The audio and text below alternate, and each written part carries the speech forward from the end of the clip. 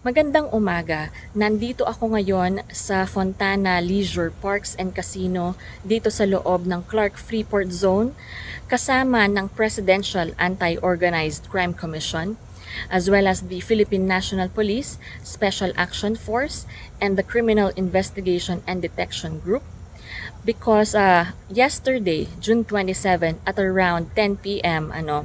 nag-conduct ng raid operation itong mga authorities dito sa loob ng Fontana against 5 villas that are allegedly being leased by at least 3 business partners of the embattled Bamban Mayor Alice Guo. The said villas are allegedly being leased by the fugitive Wang Ziyang from the raided Bamban Pogo. The others are linked to Lin Baoying and Zhang Luijin, who are Guo's fellow incorporators in the Baofu Land Development. Ang observation kasi natin yung kanina medyo yung iba bukas pa yung mga aircon nila, iba bukas pa yung electric fans. Yung iba mainit pa yung mga teeth. So siguro baka natunugan din nila yung pagpasok natin. At least na nagkakaroon na ng muka. Dati kasi walang mga muka itong mga to eh. Alam natin na tumatakbo yung isang illegal pogo hub and yet di natin alam kung sino nagpapatakbo. Now, meron na tayong mga muka, may mga pangalan na tayo. May mga katulong din naman tayo sa mga other law enforcement agencies sa ibang bansa. So, maliit na lang ang mundo nila. Tingin ko, anytime mahuhuli rin ito mga. During the implementation of the search warrant, authorities discovered billing receipts under the names of these 3 foreign nationals.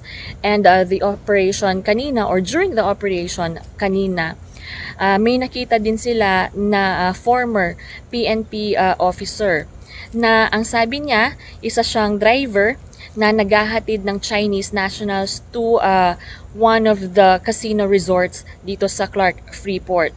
Pero according to the Presidential Anti-Organized Crime Commission, itong former PNP officer na ito ay allegedly a security officer ni Mayor Alice and the family of Wang Ziyang. Well, yung driver tsaka yung security, chine-check natin yan. Actually, balak namin siyang imbestigahan kasi bakit siya nandito, and then nagulat na lang kami, dati pala siyang miyembro ng Philippine National Police. So, chine-check namin bakit nandito siya. And ano yung mga participation. Ang pagkakaalam namin, at yun din yung deklarasyon ng iba dito, nakikitang nagsisecurity daw siya kay Mayor Alice. May isang shotgun with 5 rounds of ammunition na natagpuan sa labas ng isang villa na hindi saklaw ng search warrant. Long-range firearm ito na gamit ng security guard nila doon ayon sa PAOK.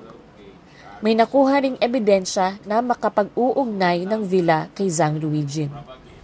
Itong si Zhang Luijin, ito yung partner ni Mayor Alice Guo dun sa Bamban Pogo Hub.